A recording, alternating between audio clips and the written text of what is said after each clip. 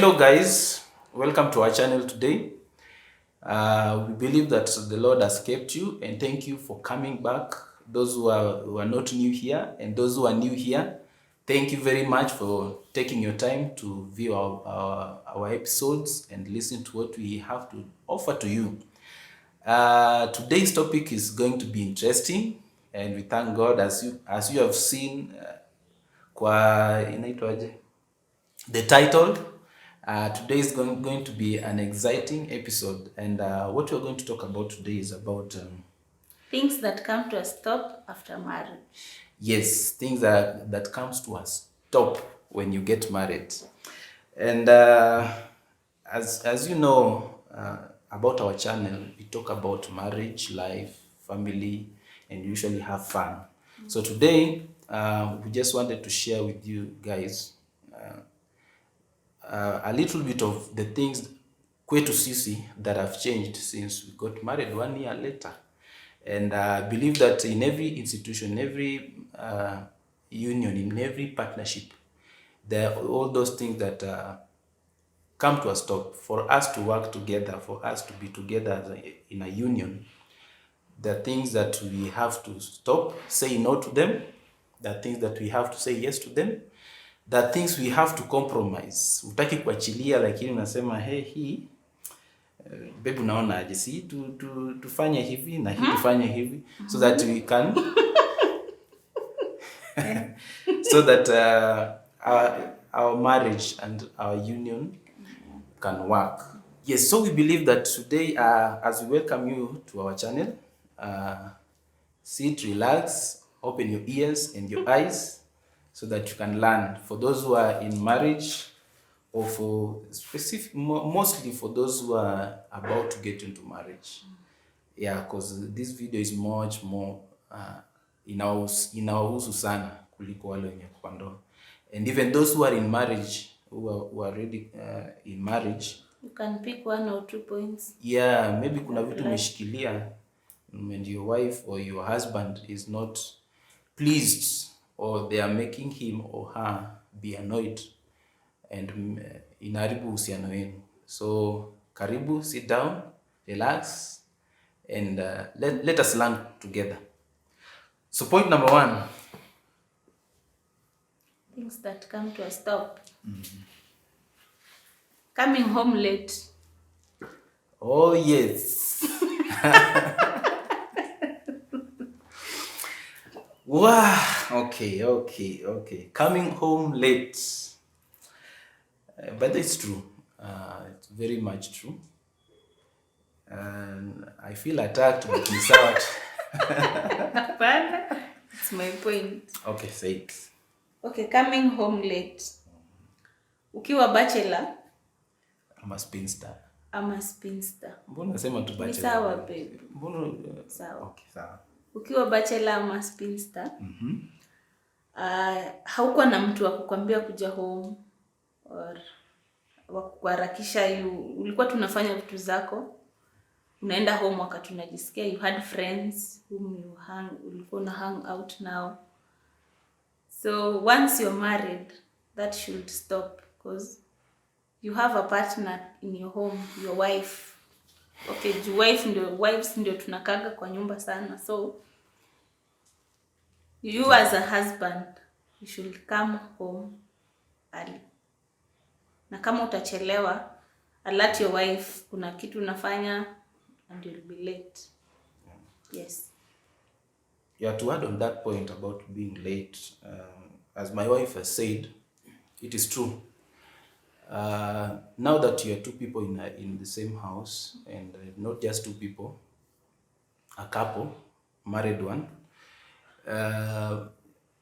you deciding on at what point utakuwa unaingia kwa nyumba, at what point utakuwa unatoka, for example, pia hata kutoka inaweza leta issue. You are no longer in control of your movements. You're somehow restricted in a good way. Kwa sababu vile tu amesema, when you are a young man, mostly the things, okay, even if we are talking about young man, a Christian young man, kunakuwa na a lot of activities that young men do undertake. And when you are a young man, kuna makeshas, kuna sijui safari ya kwenda wapi, kuna friends, vile my wife amesema, friends kwenda wapi, parties. So those things consume time, and your wife ako nyumbani anahitaji your time. Na if you're now married, such things will stop, or they are regulated. In a way, when we're talking about time, huwezi toka tu kuanzia asubuhi mpaka jioni saa 5 ndio unaingia kwa nyumba usiku. Hapana. Yes, maybe kuna zile that if you're now a minister, for example, kuna zile vitu that lazima tu they will take your time. We are talking about at night. And if such things happen, the best and the easiest way is to communicate. Mwambia, hey, my wife or my husband, kuna mahali tumeenda na nitakuja late. It is understandable, but now kama ni, if it is something that it's avoidable, please come home early, be with your wife, and if you have children, come early and play with the children. They help bring up a family that is intact. Amen? Say amen, babe. Amen. Point number 2, or another point, because naenda mingi to sound number 2, number 1 again. Another point is that friends and friendships, other friendships will have to stop. Because as me, kama a young man, when I got married, some friends of mine ambao of course hatukuoa nao at the same time. Kuna wenye bado hajaoa, kuna wenye walioa after me. Now na wenye hawataki kuoa. Sawa, sitaongelea, but kama hutaki kuoa, Mungu akuonekanie boy. It's good to have a family and leave a legacy in terms of a family. And now back to our point about friendships. When I was a young man, I had friends. And immediately nikavuka, it is good now, nikawachana nao. Kwa sababu our thinking and vile tulisema the first point, the same friends watakwambia twende mahali we have fun, or twende mahali kuna huduma, vitu kama hizi. Kwao they are still in that category, but for me nishatoka. Akako ka freedom vile freedom iko, yes, freedom iko, si ndio? freedom iko, but in a different way. So my freedom and their freedom is totally different. So even our reasoning, even the things that our priorities, exactly, that's what I was looking for. Our priorities are different. They've changed. Yes. So sisemi kwamba ni wabaya ama nini, but at some point itabidi uwaweke in a certain category, and then look for friends who are in your same level, who are thinking the same, who are doing the same. Not that sasa you neglect them ama uache, hapana, because now that we umevuka, seasons have changed. Yes, you become maybe a mentor to them, but not hanging around them most of the time, because birds of the same feathers flock together. Now, if you flock with them, you start thinking as a single man. And you have a wife. And you have a wife. Yes, and italeta shida. So, such friends, cut them, and also look for friends that mwenye mnaweza ongea nao the same thing. Mwambie, hey, masaa imepita, vile tulisema first point, masaa imepita. Let us go back to our wives. But it's so, in somehow, so hard to tell a single young man, hey, masaa imeisha, wacha mimi nirudi kwa wife. Most of the time huwa watakuchekelea, sema wewe umekaliwa, kwani bibi yako, kwani bibi yako, kwani haelewi si tumekuwa pamoja na wewe all this time, kwani unatuacha? Hapana. And also in leaving your friends, if I may add this, be wise in letting them go, because friends are good. And ukiwaambia tu sema by the boys, maze mimi nimeoa sasa siwataki, hapana, you'll be creating enmity. So the best way is in your own God given wisdom, wakaisha chini waambie mazee, mimi sasa hata kama si kuwakaisha chini, just talk to them. Kama ni vigumu, let them see with actions. Of course, yes, you won't cut them immediately. Mtakuwa mnaongea, anakujulia hali, how is they also want to know how is marriage life. Naambia this is how it goes, this is how it goes. You just don't cut them completely because watashangaa na alikuwa anangoja aoe atuachanishe hivyo. Lakini pia ni muelewe, young friends of us, hata wewe siku moja utakuwa hapo. There's a lot of responsibilities, a lot to be done, and si kwa ubaya, but sometimes you don't have time for other things. Your priority changes, and now the time you have, you allocate it to somebody else. There's somebody at home who is craving for your attention, craving for your time, craving for your responsibilities and vitu kama hizo. So things change, and even if you don't talk, you just find yourself detaching yourself, as in distancing yourself from friends. So yeah, the same case applies to us as ladies. Ulikuwa na wale mabeshte ladies, kwanza ladies kwenda swimming, to party bash. So ukiingia into marriage, that won't continue, because uko hapo kufua, kuosha vyombo akirudi apate at least chakula imeiva. So hata mind yako, you won't focus on your friends. Utakuwa una focus on achieving your goals as a marriage, as a couple. Yes. And your marriage will be a success. Good. Yeah. If that comes to a stop. Exactly. So another point is on finances. Pesa. Pesa ni sabuni ya roho jamaa. Okay. Pretty gospel.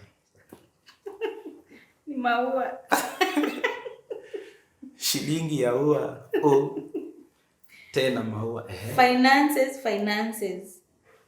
So your finances as a single man or lady, ulikuwa unatumia venye unataka. Kama umelipwa, you had the freedom to do this and this. Yeah. When it comes to marriage, your finances vindo ichangeanga, zinakuwa zimepangiwa. Like you guys have to eat, you have to pay rent, priorities have changed. Na if you young man, yes, unapata pesa, your wife does not know how you manage your finances, that is really wrong. Yeah. So ukipata pesa mwambie babe, leo ni kuzuri, nilienda mahali nikafanya hivi na hivi, and this is what I got. At least you are able to plan your finances together. But once umeweka ni zako, zake ni zetu, lakini hiyo ni kweli.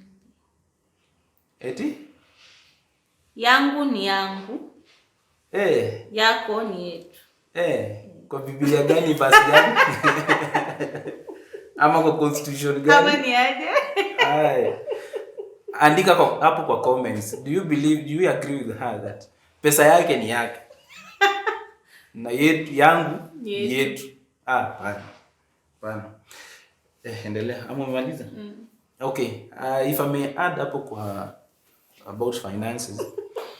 Yeah, mambo na finances is it's a bit tricky if you're not careful enough.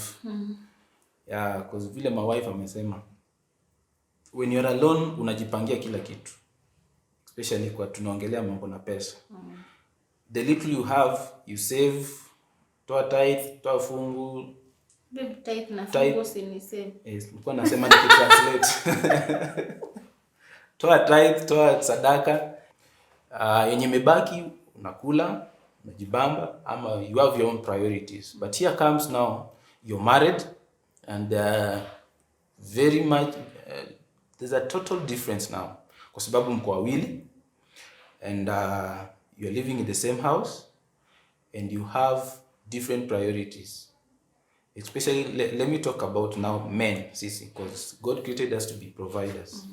Pesa yako ukiwa kijana ulikuwa unakula, wengi wanakulaga wa save. Guys, please save. That's another topic for another day. Please save. Young man, not even a young man, all of us, both ladies and gentlemen, save. Itakusaidia. So what I was saying is that pesa zako unakula ama za kiyo kidogo yenye Mungu amekubariki nayo, you've programmed your mind that it is yours. But when now that young lady comes into your life, things have to change. Your spending mentality has to change. Whatever you've been spending on your money has to change. Secrecy and privacy about your money has to change. And when I talk about secrecy, it's about uko na bank accounts ngapi, na zote ziko na pesa ngapi, na uko na deni, bibi yako anajua, uko CRB. As in all those things, you have to declare your wealth. You see vile government employees ama public servants, they usually declare their wealth. So you also declare your wealth to your partner. The same case to ladies, you declare your wealth to your husband. So that when you get into marriage, hii kitu mmekuja pamoja. You are the husband, she's the wife. If God has granted her the grace to have money, if she is working and you're working, pesa yake analeta, pesa yako unaleta. I remember wakati tulioana, the pastor mwenye alituhubiria that day on our wedding alituambia kwamba this notion that women say that pesa yangu ni yangu na yetu na yake ni yetu, it's wrong. Do you know why? The pastor alituambia, now kama pesa yako ni yako, unaenda kufanyia nini? Do you have, kwani huko na familia nyingine huko nje yenye unaenda mimi si niko na mahitaji yangu? Yes, kuna mahitaji yako, mimi niko na mahitaji yangu pia. Tuanze sasa sio yako pesa yako utajigawa mahitaji yako, lakini na yako pia. Si okay, umesema uko na mahitaji yako. Pesa yangu haitoshi kunini mahitaji yangu. Sasa lazima uniongezee. Hata mimi haitoshi. No, but for the sake of kuendeleza your family, it is good for all of us to chip in. Hakuna pesa mtu. Pesa yetu ni yetu. Pesa yako ni yake, pesa yake ni yako.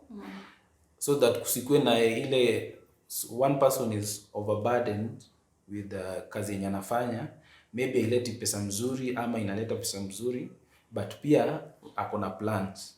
Now kama wewe uko na pesa lakini umeficha, either man ama mwanaume ama lady, kuna pesa zako umeficha, tunatumia za mtu mmoja, first of all hakutakuwa na trust. And believe me, mahali pa pesa ndio inaharibu a lot of families. If there's no trust, sema kwamba huyu mtu akona pesa, aleti nyumbani na unamwona tu ameng'ara, kitambi inakuja na si eti ana shida. Inaleta mistrust. So vile tumesema hiyo point kwamba mambo na finances they change.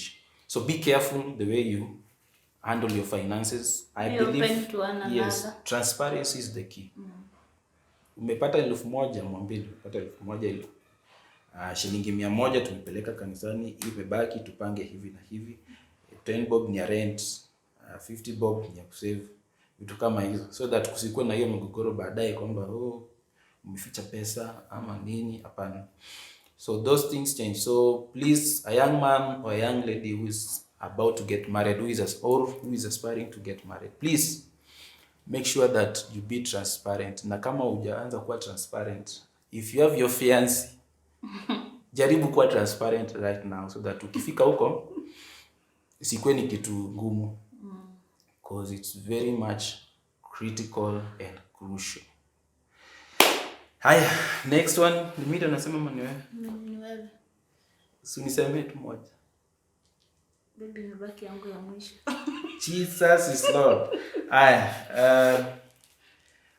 Another thing that changes or stops when a person gets into a marriage is, though I'll put it in a way to mean that those things that change, because there's something that has to come to a stop for it to change, is our character and our thinking patterns as young men who are getting into marriage. There's a way that sisi wanaume ama sisi you ladies, we usually think when we are single. In a way, okay, we usually have those fantasies. Let me say, usually have those fantasies that the way marriage itakuwa ni kama unapanda ndege unaenda Maldives ama unaenda Samburu kujivinjari ama like, you know, these things, especially when you're courting, the adrenaline, the sugar rush na vitu kama hizo, as you know, you think uko mbinguni, you are in heaven. That doesn't mean that marriage is hell. Marriage is heaven.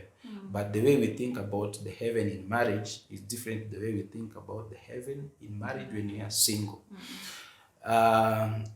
This other side, ladies and gentlemen, this other side is the reality of the world. The other side is the fantasy. Fantasy. When you come into marriage, there's a lot you learn. Different from what you thought tilikuwa huko. In that your living styles, the way you communicate, the way you, hata vile unajua ukizoea unalala peke yako alafu kuje kwa nyumba unalala watu wawili. Culture shock. Kwambia it is fun. So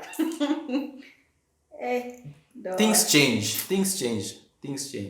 In our previous video, I think we link it somewhere here, where we talked about 1 year into marriage. If you haven't watched that video, please go and see it. It is linked to what I want to say right now. When you get into marriage, it is totally different from the way you used to stay with alone or with your parents. Here, unaishi na mtu stranger, maybe you are 25. Imagine from 0 to 25 years, you meet as another person, a grown-up man or a grown-up woman, 20, 25, 26 years old. So this guy or this man, this lady, ameishi miaka. And by the time you're reaching the age of getting married, you already have your own principles, you already have your own characters. Yani umekomaa. Sio kimwili tu, but pia kwa mawazo. And now when you get into marriage and you find another person mwenye amekomaa, na vile Waswahili wanasema kwamba samaki mkunja angali mbichi, mkavu ama mbichi. Na sasa hapa tumekauka. Huwezi nikunja because I have my own beliefs. In our family line tuko na our own beliefs. In her family line they have their own beliefs. So when you come and you find these two beliefs together, the first thing is a crash, kwa sababu unataka vitu fanyike hivi. Nataka zifanye hivi. Yes. So my point comes here, what needs to change or to stop is the way you used to think when you are a young single man or a young single lady, and start thinking differently, incorporating your partner. Unanishika? In a flow, achana nayo. So you have to think different from the way umezoea. Haimaanishi kwamba our cultures when we are single are bad. There are a lot of things we learn in our lives when we are single. What I mean is that she has her own culture, you have your own culture. Come to a point where mnakubaliana. A neutral point where you say, I'll borrow the good culture that I have, you'll borrow the good culture that you have, and then we make a new culture.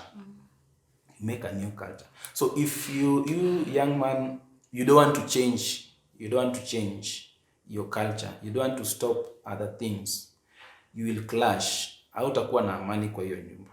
So be open-minded. Be open-minded that anything can happen. When I was getting married, the advice my sister told me, and I'll never forget about that, is that when you get into marriage, expect less. Expect less.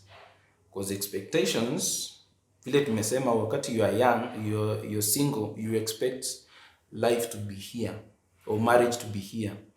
But when you get married, maybe life will be higher or life will be lower, according to the way Mungu ametengea mkue. So expect less. Live each day knowing that anything good can happen, or anything challenging can happen. And when it happens, you don't be rigid to your decisions. As in try to meander, inaitwa kumeander.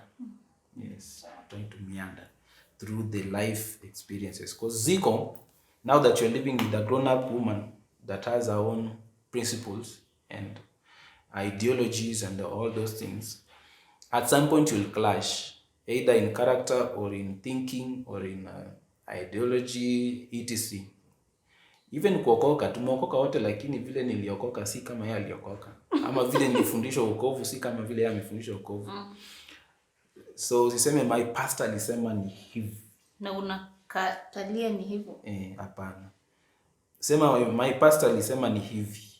We pastor wako alisema aje? Ni hivi. Chambua. Useme nyewe pastor yetu kuna mahali kumbe alisema ukweli ama alidanganya. And then now from there you get the absolute truth of the matter. And hapo tunasonga mbele. So that's what I was saying. Our heaven in this side is different from the heaven you think the heaven here is heaven. Umepata? Yes. Our heaven here is different from your heaven there. Okay, umepotea. Next. Another point. Okay, I won't say family, but I'll also put it in a way that umetoka kwenu, msichana, umetoka kwenu. Kurudi kwenu ni kuomba ruhusa. Sio kujipeleka. Kijana, umetoka kwenu pia. Kurudi kwenu ni uamuzi wako na bibi yako. You'll have to agree. Mimi kwenda kwetu, I'll have to borrow permission from him. Akikubali sawa. Written agreement. Sema. Akikataa, dear husband, you have to submit. Dear husband, the following week I'll not be around. Wewe unachanga cannot kama umeenda. Aipate kwa nyumba. That is not the way to go. So the way to go is you respect him by unamuuliza if it's possible, you go say hi to your parents, or you can even go both of you, both sides. Like usiegemee side moja sana, ati mnaenda kwao sana, kwetu hatuendi. Yes. Ama? Yes, ni hivyo. Vile tumesema now. Lakini si bibi nasema utaacha kwenu. Baby, nitaacha. Okay, ni mimi, the man shall leave his house. Okay. Mimi ndo naacha kwetu. He shall be united with their wife. Na huyo wife anakuwa wapi by the way? Mimi nimeambiwa niache kwetu, yeye anakuwa wapi? Anyway,